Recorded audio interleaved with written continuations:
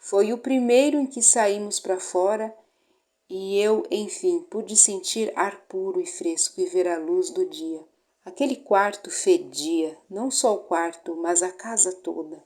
E eu então? Eu estava toda descabelada, suja, fedorenta, ainda mais com os fluidos que aqueles caras nojentos puseram em mim. As pessoas pensam que eu fui apenas estrupada, mas não. Eu também fui violentada, agredida, e a cada vez eu chorava muito, eu não tentava mais reagir, e fiquei calada, muito calada, porque eu não sabia qual seria a reação daqueles homens. Se caso eu reagisse ou sequer falasse qualquer coisa, eu tinha medo de fazer piorar ainda mais a situação, a minha situação. Foi então que, saindo para fora, naquele mesmo dia, isso foi quase que perto do meio-dia, vi um deles, o que carregava a espingarda o tempo todo, o Pernambuco. Vi ele sair com o Felipe para um lugar bem fechado na mata. Eu não entendi aquilo. Na verdade, não estava entendendo mais nada do que estava acontecendo, apenas que nós dois fomos sequestrados e que estávamos em um cativeiro. O Champinha ficou do meu lado o tempo todo, sem dizer uma palavra. Nós estávamos a uns 20 ou 30 metros da casa. Tinha-se passado alguns minutos também. Não faço ideia de quantos, quando ouvi nitidamente um barulho. Eu já havia ouvido barulho de tiros na minha vida, mas tudo pela televisão, nos filmes, nunca tão nítido e tão real. E quando ouvi, atribuí de imediato a um tiro e de verdade, assustada, com muito medo, eu perguntei ao Champinha: "Que é isso? O que aconteceu?" E o Champinha me respondeu: "Ah, é o Pernambuco que está liberando o Felipe para ele voltar para casa. Pode ficar tranquila, a gente vai soltar você também." Dali percebi que o Pernambuco não voltou mais e passei as próximas horas daquele mesmo dia só com o Champinha. Teve uma hora em que ele quis pescar. Eu tive que ir junto. Eu nunca gostei muito de pescaria, sempre achei chato, chatíssimo pescar. Mas nesse dia tive que ficar lá aguentando aquilo tudo, aquela tortura. Já triste, sem muita esperança, sentada ao lado daquele cara horrível, eu ficava com os olhos fixos no horizonte, inerte na vida, que eu tinha como lembranças contínuas dos meus olhos fixos no horizonte. Eu fiquei pensando em tudo que eu deixei para trás, os meus pais, meu irmão, como a gente era unido, meu irmão, como a gente era unido e como eu o amava e ainda o amo.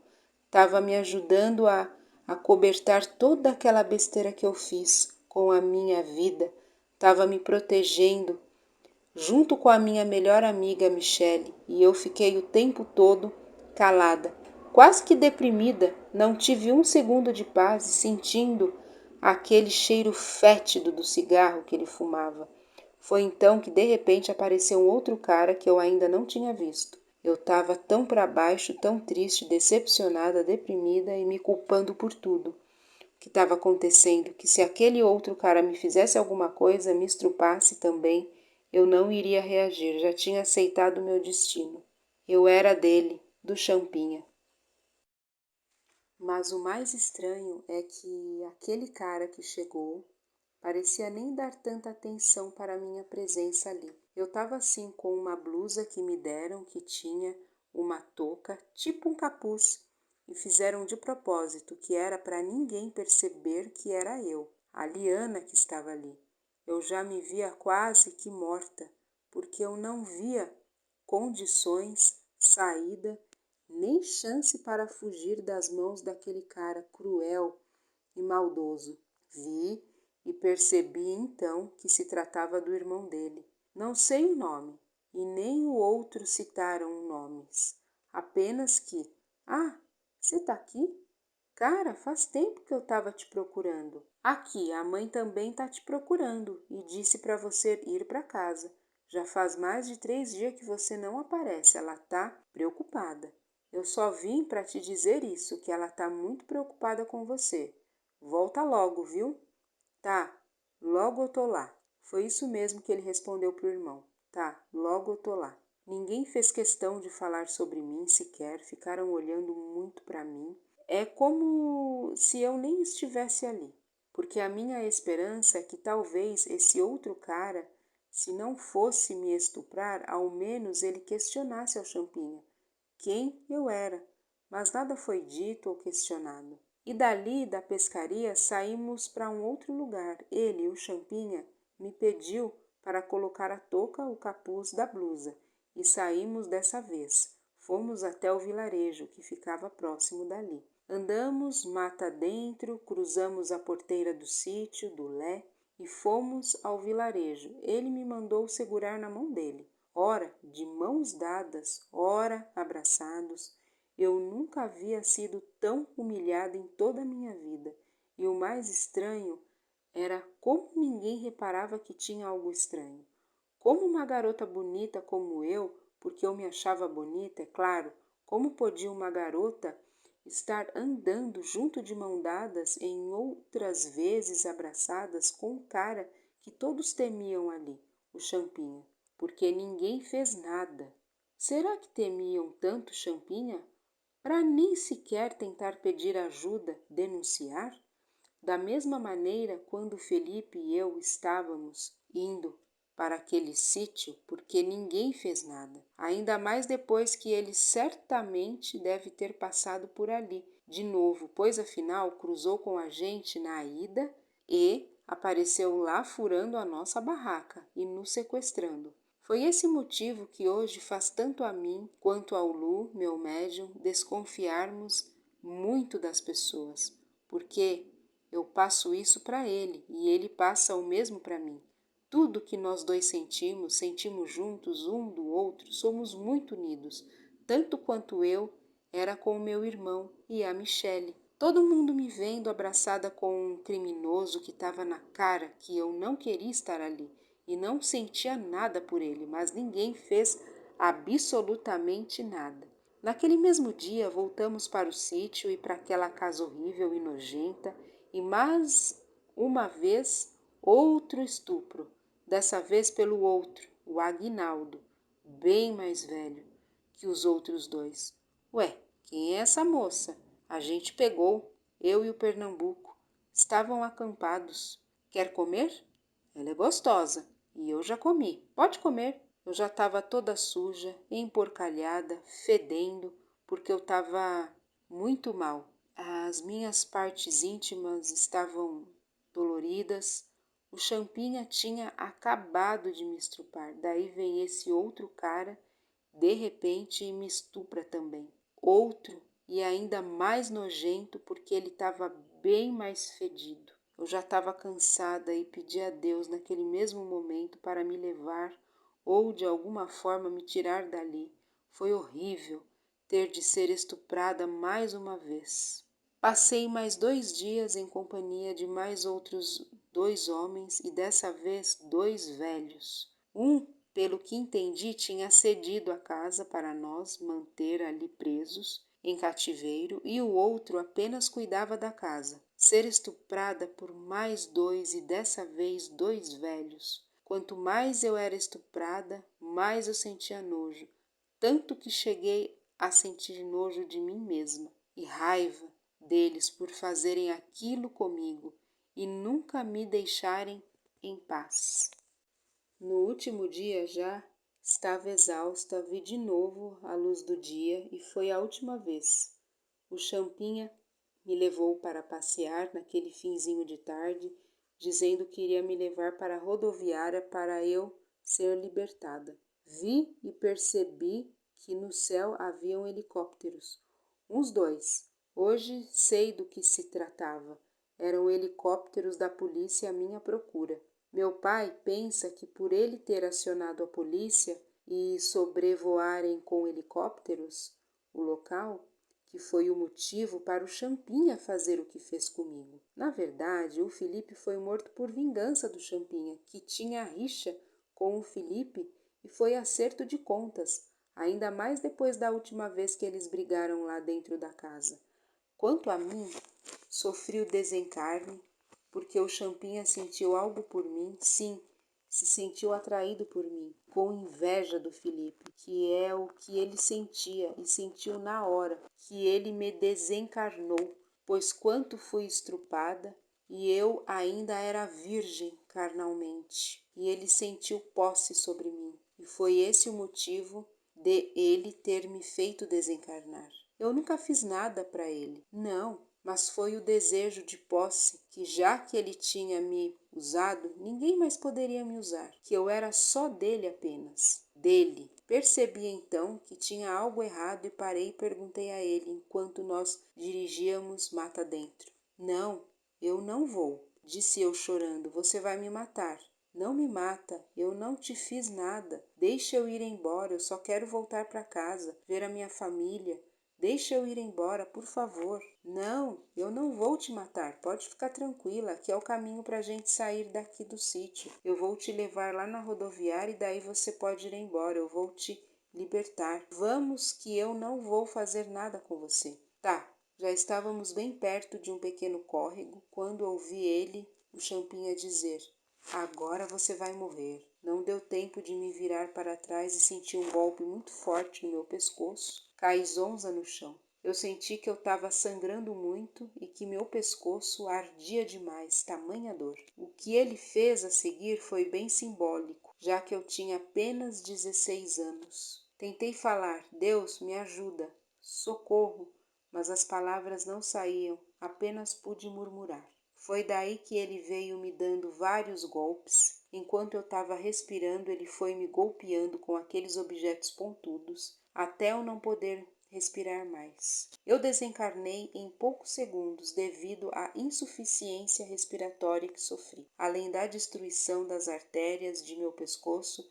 e as perfurações pelo resto do meu corpo. Um tempo depois eu descobri que foram 16 facadas que sofri, bem simbólico à minha idade, como se fosse até um ritual. Foi horrível. Fiquei um tempo adormecida porque eu ainda não tinha deixado o meu corpo, mas desencarnei naquele mesmo dia. Dizem que eu fui degolada, o que não é verdade, mas o corte em meu pescoço foi muito profundo. Sei disso porque me contaram. Sim, foram os meus mentores, são os meus mentores. Os mesmos mentores do Lu, o meu médium. Um deles é irmão do Lu, o meu médium, que, inclusive, desencarnou. Ao me contarem, eu não quis ir ver o meu corpo, mas me falaram sobre o Lu, o meu médium. Bem, depois do que vou relatar agora, ao desencarnar, fiquei um tempo adormecida, pois, para quem não sabe, quando desencarnamos, entramos em estado de torpor profundo.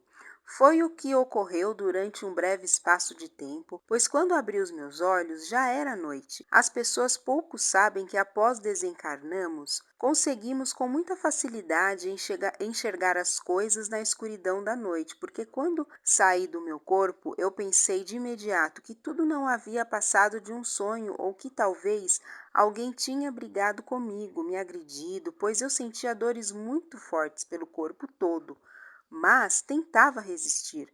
Foi então que percebi um vulto. Era de uma pessoa e estava caída bem atrás de mim. E era de uma mulher, uma moça. Levei um susto enorme ao me dar conta que, ao tentar olhar nitidamente, ela se parecia muito comigo. E estava com a roupa toda suja e parecia ser sangue, o que de fato era. Consegui perceber também os cortes na cabeça e o pescoço todo sujo de sangue. Sim, essa moça era eu.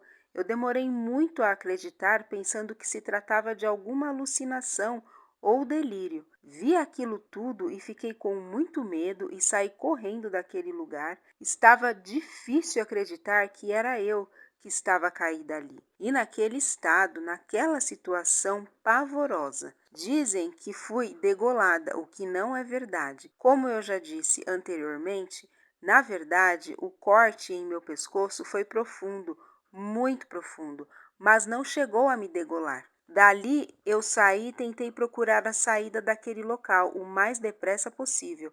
Percebi que quanto mais forte eu pensava nas coisas, mais elas aconteciam, e eu pensava nos lugares e em instantes eu estava lá. Como, por exemplo, voltar para casa, para minha família, que era tudo que eu mais queria. Pois bem, foi o que fiz.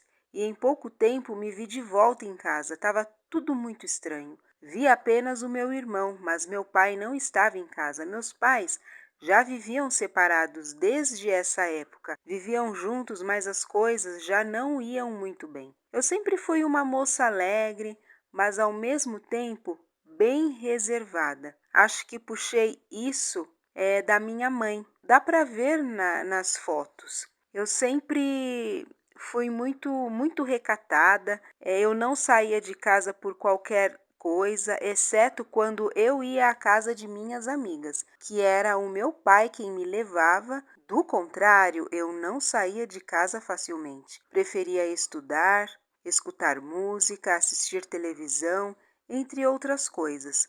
Mas o que eu mais gostava era das aulas de educação física, malhar, sim. Eu cuidava e muito do meu corpo, eu era obsessiva por ele, assim como muitas garotas da minha idade eram. Até mesmo várias de minhas amigas eram assim, mas eu é que era a mais obsessiva quando se tratava da saúde do corpo. E voltando à minha casa, vi apenas meu irmão. Estava triste, preocupado e chorando muito. Tentei falar com ele por diversas vezes, mas não obtive uma só vez resultado algum. De repente apareceu minha mãe, também chorando. Ainda estavam na esperança de me encontrarem e encarnada. Senti a ausência de meu pai na casa o tempo todo e fui ao seu encontro. Estava na delegacia. Ora estava dentro do carro, ora conversando com pessoas das quais eu nunca tinha visto na vida. Estava à minha procura. Fiquei durante algum tempo com ele, vi noites chegarem e os dias amanhecerem. O tempo todo ao lado de meus pais, que mal dormiam. O telefone a tocar quase a toda hora. Tentei por diversas vezes diálogo com a minha família, dizer para eles que eu estava ali, que eu estava viva, e perguntava insistentemente por que não me respondiam. Estive por diversas vezes na delegacia com meu pai. Ouvia tudo atentamente sobre o que diziam. Chegaram até a pensar que eu havia sido deixada para trás no ônibus de excursão para a praia do encontro de jovens da comunidade israelita, da qual eu fazia parte. Desesperado, meu pai tentou de tudo, além de várias vezes ligar para o meu celular para tentar contato comigo e só dava na caixa postal. Já sem alternativas, decidiu ir ao meu quarto e procurar por algum número de telefone de alguns de meus amigos na minha agenda, e foi logo para minha melhor amiga, a Michele. Ouvi bem quando disse: Michele, aqui é o Ari. Você sabe onde está a Liana? A Liana sumiu. Ela me disse que foi viajar para a praia. Era para ter voltado hoje, até agora não apareceu. Eu fui lá esperar por ela, onde o ônibus iria chegar com a turma de jovens. Esperei um tempão lá e nada. Cadê a Liana? Eu senti que a energia do lugar ficou bem pesada. Senti também lá do outro lado da linha que a minha amiga entrou em desespero, começou a chorar e acabou revelando toda a verdade, que eu havia ido viajar com o Felipe. Não dava mais para guardar segredo àquelas alturas dos acontecimentos, porque não era mais apenas um simples final de semana romântico e gostoso a dois. Eu agora estava em perigo e morta carnalmente, mas ninguém ainda sabia. Eu fiquei desesperada. Tentei mais uma vez falar com o meu pai e tentar contar a ele o que tinha me acontecido, mas ele sequer me dava atenção. Por mais que eu tentasse, nenhuma resposta teve êxito.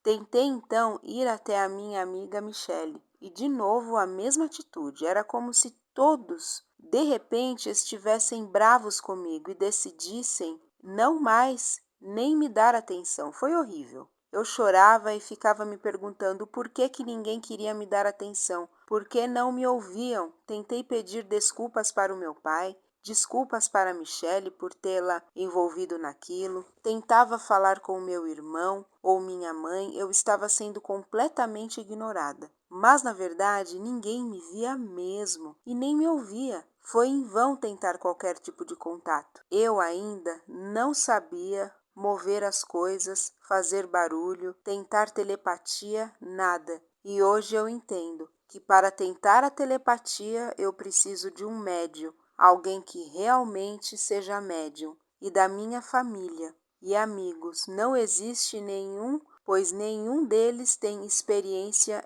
e profundidade na espiritualidade, coisa que é necessário, além da pureza de espírito. Fiquei por diversos dias em minha casa, naquele mês de novembro de 2003, sem conseguir contato, sem ninguém conseguir me ver ou me ouvir.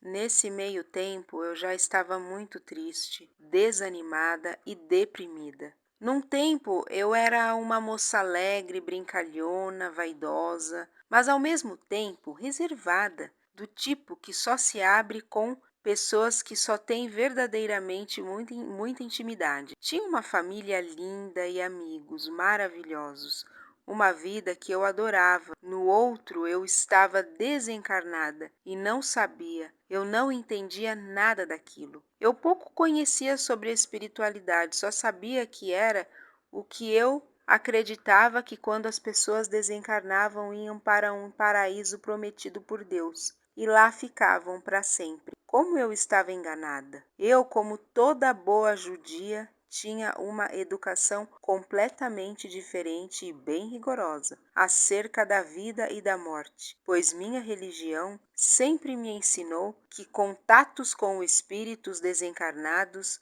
é idolatria e isso era pecado, era proibido por nós judeus. Eu estava confusa, desesperada, não sabia o que fazer, o porquê eu não conseguia mais falar com ninguém. Até que certo dia, dentro do meu quarto, na minha casa, porque era lá que eu ficava o tempo todo, refletindo sobre tudo, o que estava acontecendo naqueles dias, porque eu não estava entendendo mais nada, mas ao mesmo tempo muito arrependida de ter mentido para os meus pais e ter envolvido o meu irmão e a minha melhor amiga, Michele, em toda aquela confusão. Então, enquanto eu estava sentada na minha cama, encostada na cabeceira da cama, olhei para o lado e vi um rapaz, aparentando ter uns 20 anos, e ele percebeu que o vi, pois estava bem de frente a mim, do lado da minha cama, que era encostada na parede. E então eu perguntei quem era ele, como ele tinha entrado ali. O mais estranho é que eu não fiquei assustada e muito menos brava por ele estar ali, pois ele era muito bonito e bem jovial.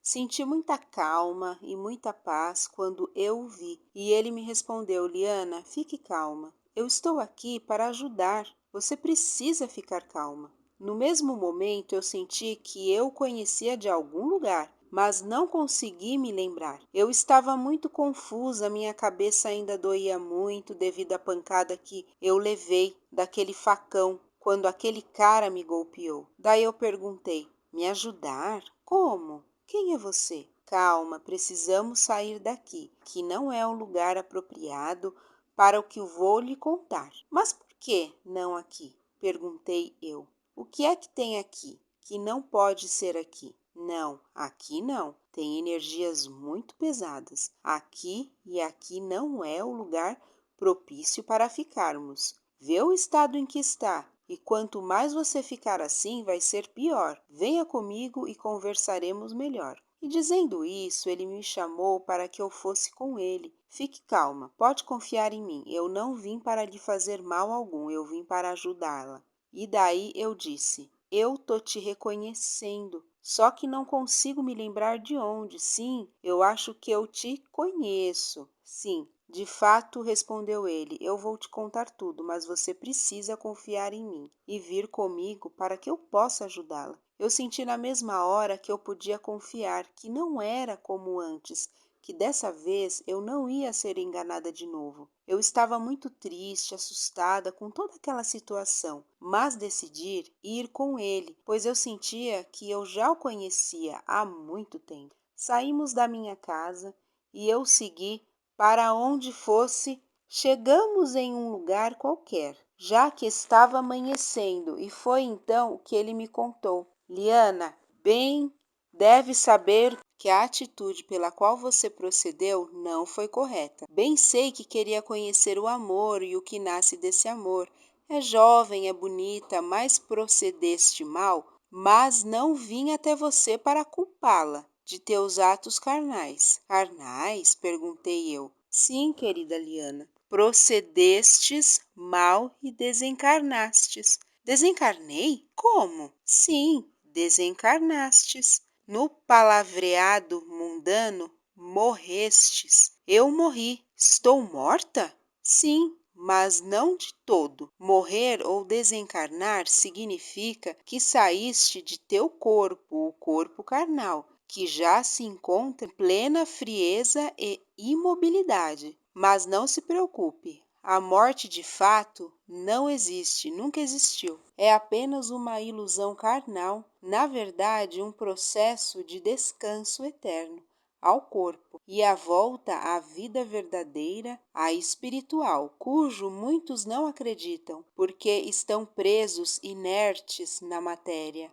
a qual causa prazeres muitas das vezes viciosos que prendem espírito e perispírito à matéria. E ao ficarmos presos, se não nos amadurecermos espiritualmente, podem causar sérios danos à saúde e desviarmos-nos de nossa missão dada por Deus, nosso Senhor. E é o que eu vou fazer?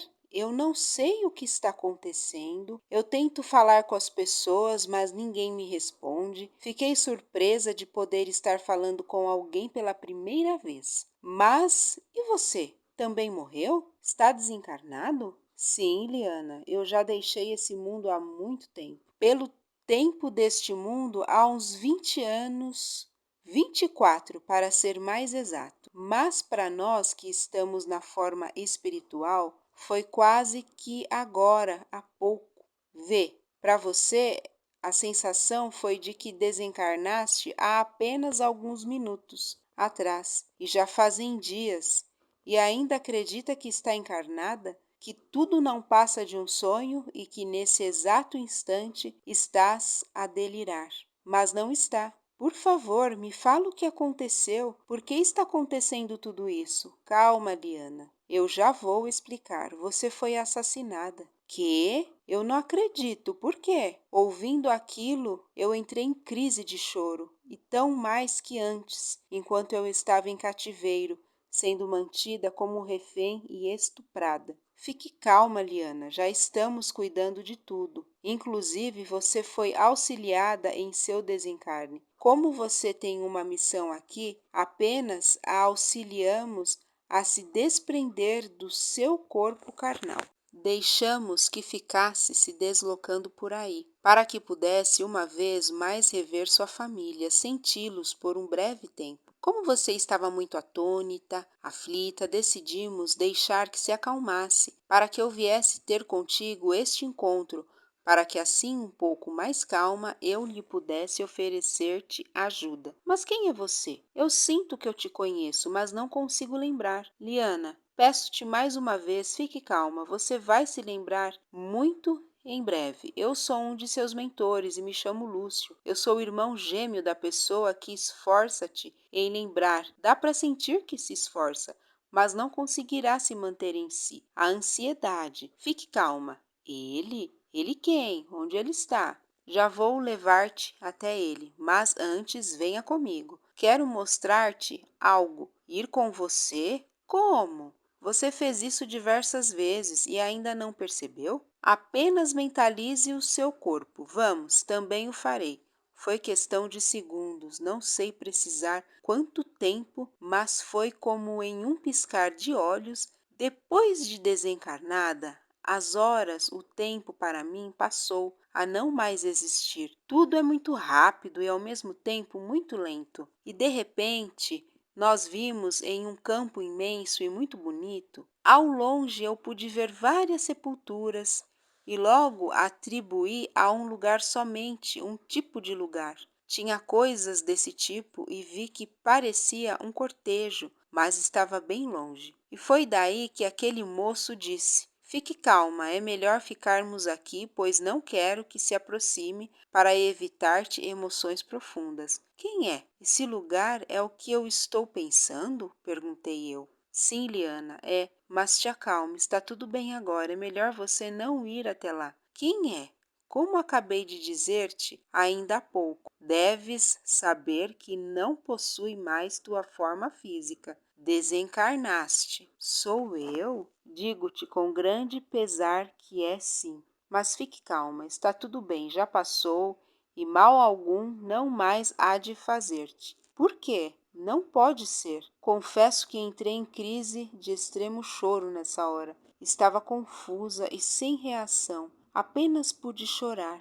E o moço me disse: Calma, tente se recompor. Venha, quero tirá-la daqui, para que não tenha emoções maiores e bem mais conflitantes. Mesmo chorando muito, ele me amparou e saímos imediatamente dali. Eu não fui ver o meu cortejo e nem o enterro. Eu preferi não ver e até porque ele, o Lúcio, não me deixou ver, para que eu não entrasse em uma crise de pânico e pavor. Fomos para um outro lugar e ele me disse: Liana, olhe para mim. Você ainda quer se comunicar com alguém aqui nesse mundo? Ainda quer tentar? Pois deves saber que tens uma missão aqui. Mas pode antes ir para o nosso lar e tentar se prepará-la. Eu quero ficar aqui. Me deixa ficar? Eu não quero ir embora. Sim, como queira. Você tem um livre arbítrio para escolher o que quer e como quer viver daqui para frente. Mas já te adianto, tens uma missão aqui para cumprir, que as coisas não vão ser nada fáceis e que todos temos permissões e seus limites. Há coisas que não poderá mais fazer, mas não é apenas nós desencarnados, os encarnados também têm suas limitações por lei do mundo espiritual. Para onde eu vou então? Para onde quiser, mas te digo que vai ser difícil a comunicação se não encontrares alguém que tenha profunda afinidade contigo e que acredite profundamente na vida pós-desencarne. E como eu faço isso? Com quem eu vou me comunicar? Perguntei eu, duvidosa de meu novo destino. Como acabei de dizer-lhe, com alguém que tenha afinidade contigo. E geralmente as pessoas de mais afinidade são pessoas de convívio de vidas anteriores, vidas passadas, salvo algumas raras vezes ainda desta. Mas não se preocupe, Liana, você disse que me conhece, mas não consegue se recordar. Pois bem, eu sou seu cunhado, Lúcio. Estivemos juntos em outras vidas. Você foi namorada e quase esposa de meu irmão gêmeo, Luciano. Eu também desencarnei, assassinado, acometido por uma doença provocada, pneumonia, ainda em 1979. Você também foi assassinado? Sim, por minha própria mãe, que era italiana, em uma favela em São Bernardo do Campo. Mas isso não vem ao caso agora. Você saberá de mais detalhes sobre tudo isso em breve. Você é o meu cunhado? Você tem um irmão gêmeo? Perguntei eu curiosa. Sim, você quer vê-lo? Sim, quero. Então se concentre, apenas olhe em meu rosto e o mentalize. Logo estaremos lá. Eu fiquei tão ansiosa de saber de quem se tratava que não pensei duas vezes e fiz como ele me pediu. Eu queria muito saber quem era esse meu namorado, quase marido de outras vidas. Quem era ele? O que fazia? Onde estava? Como ele realmente era? Estávamos na cidade de São Paulo e nos teletransportamos para São João da Boa Vista, no exato lugar onde ele estava. Foi então que, ao chegarmos, eu logo o vi. Está vendo? Lá está ele. Ele é igualzinho você. Sim, eu disse, somos irmãos gêmeos. É o único que sobrou de nossa família, o Zavelino de Paula. Como ele é lindo! Eu estou lembrando. Sim, eu lembro dele. É ele sim. Como eu faço para me comunicar? Eu havia ficado tão encantada, pois ele era muito bonito, lindo. Se havia um amor em outra vida ou outras vidas, eu estava gradativamente me lembrando. Mas naquela hora, naquele exato momento, eu fiquei completamente apaixonada. Eu queria chegar perto, tocá-lo, abraçá-lo, mas eu não podia, mas eu queria muito. Eu sei o que quer fazer. Eu sinto isso, mas Liana, isso vai levar um tempo, respondeu Lúcio. Eu posso vê-lo chegar perto? Sim, mas ele não pode te ver e nem falar contigo. Eu estava ficando apaixonada. Eu estava lembrando dele. Sim, estivemos juntos, éramos muito unidos e nos amávamos muito. Que saudade, eu estava sentindo saudades. Como eu faço isso? Como? Bom, para fazer isso não é uma coisa muito fácil. Você tem que tentar a telepatia. Mas não se preocupe, você vai aprender logo, pois não é difícil. Bem, agora vou falar de tua missão aqui nesse mundo. O Luciano também tem uma missão.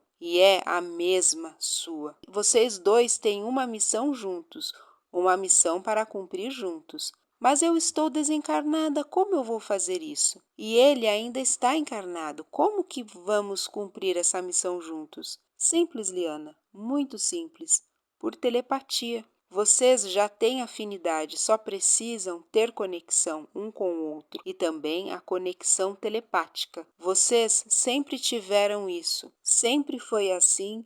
É que você ainda não se lembra, mas vai lembrar com o tempo. Você vai. Vocês vão se acostumando um com o outro. Quero que ele saiba que estou aqui, que eu estou aqui com ele. Como eu faço para ele perceber? Saber que estou aqui. Muito simples, Liana. Nós espíritos nos comunicamos na maioria das vezes por telepatia, também por sinais, e você pode tentar sinais que apenas vocês dois conhecerão. Mas lembre-se, isso é feito apenas por telepatia. Não há outro modo, outro meio. E isso só pode ser feito por médiums. Você sempre foi uma médium e não sabia. Bom, isso tudo já estava nos planos de Deus. Planos de Deus? Perguntei eu. Sim, planos de Deus, Liana. Ele tem um propósito para vocês dois. Eu acho que estou apaixonada, disse eu já sabendo o que realmente eu estava sentindo. Eu não sei, é tão lindo, eu não sei explicar o que estou sentindo por ele. Sim, de fato, não é em vão, já que estiveram juntos em outras vidas. E vocês se amaram muito, Liana. Você deve sempre tentar lutar por ele e fazer com que lute por você também. Mas como? Com amor, Liana. Com o amor de vocês que ainda existe. O amor de vocês está adormecido. E se em você já está acordando, o mesmo se resultará com ele. Tente lhe chamar a atenção, faça sinais, tente fazer sinais, mas lembre-se que você só conseguirá isso por meio de telepatia. Não há outro meio. Eu quero ficar com ele, quero muito. Será que posso? Sim, pode.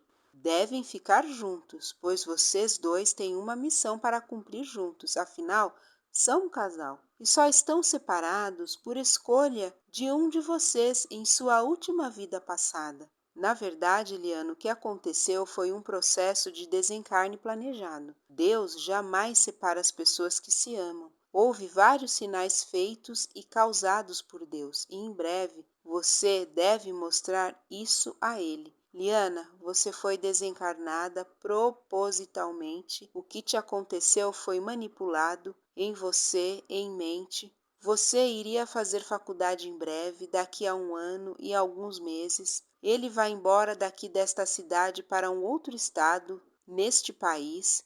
Vocês se distanciariam muito. Foi preciso seu desencarne e o lugar para onde ele vai. Já é o escolhido para que se aquiete e todo o desenrolar de tudo o que acontecerá na existência carnal dele. É proposital para que fique parado para que ambos fiquem juntos, em propósito da missão dada por Deus, nosso Senhor. A vocês dois um casal. Se ele continuasse em São João da Boa Vista, seguiria um rumo sem volta e com o tempo se afastaria completamente, talvez até se esquecendo do ocorrido. Vocês dois têm uma missão e devem cumpri-la. É um propósito de Deus unir vocês dois novamente, porque não era para terem se separado desde o mundo espiritual. A missão de vocês dois já era, está e devem continuar a cumpri-la. Logo vocês dois se unirão novamente em espírito.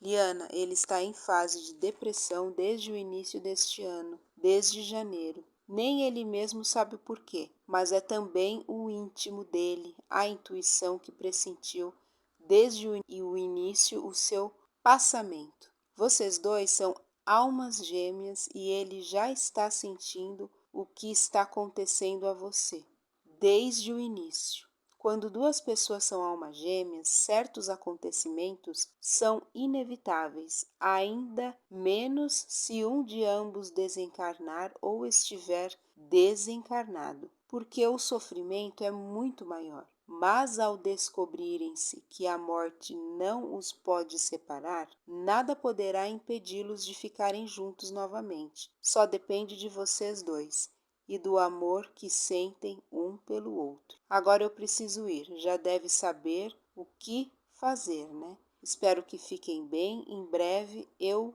volto. Estarei sempre com vocês. Sim, obrigada, disse eu, sem perceber que Lúcio já tinha ido, porque eu não consegui parar de olhar para o Luciano. É como se eu estivesse hipnotizada ou mesmo encantada por ele. E de repente, de alguma forma, me vi feliz novamente, porque eu estava completamente apaixonada. E agora, o que eu mais queria era poder me comunicar com o meu amado de alguma forma. Então, foi a vida da Liana, a história da Liana, a psicografia, e ela vem dizendo, vem mostrando que existe sim vida após a morte e que o amor não se acaba, o amor continua, o amor prevalece. E o médium dela, o Luciano, foi o seu marido em vidas passadas. Então foi essa a mensagem que essa psicografia veio trazer, e o amor ele prevalece, mesmo após o desencarne. O amor é uma energia muito forte. Então essa foi a psicografia de Eliana Friedenbach, juntamente com seu médium Luciano de Paula.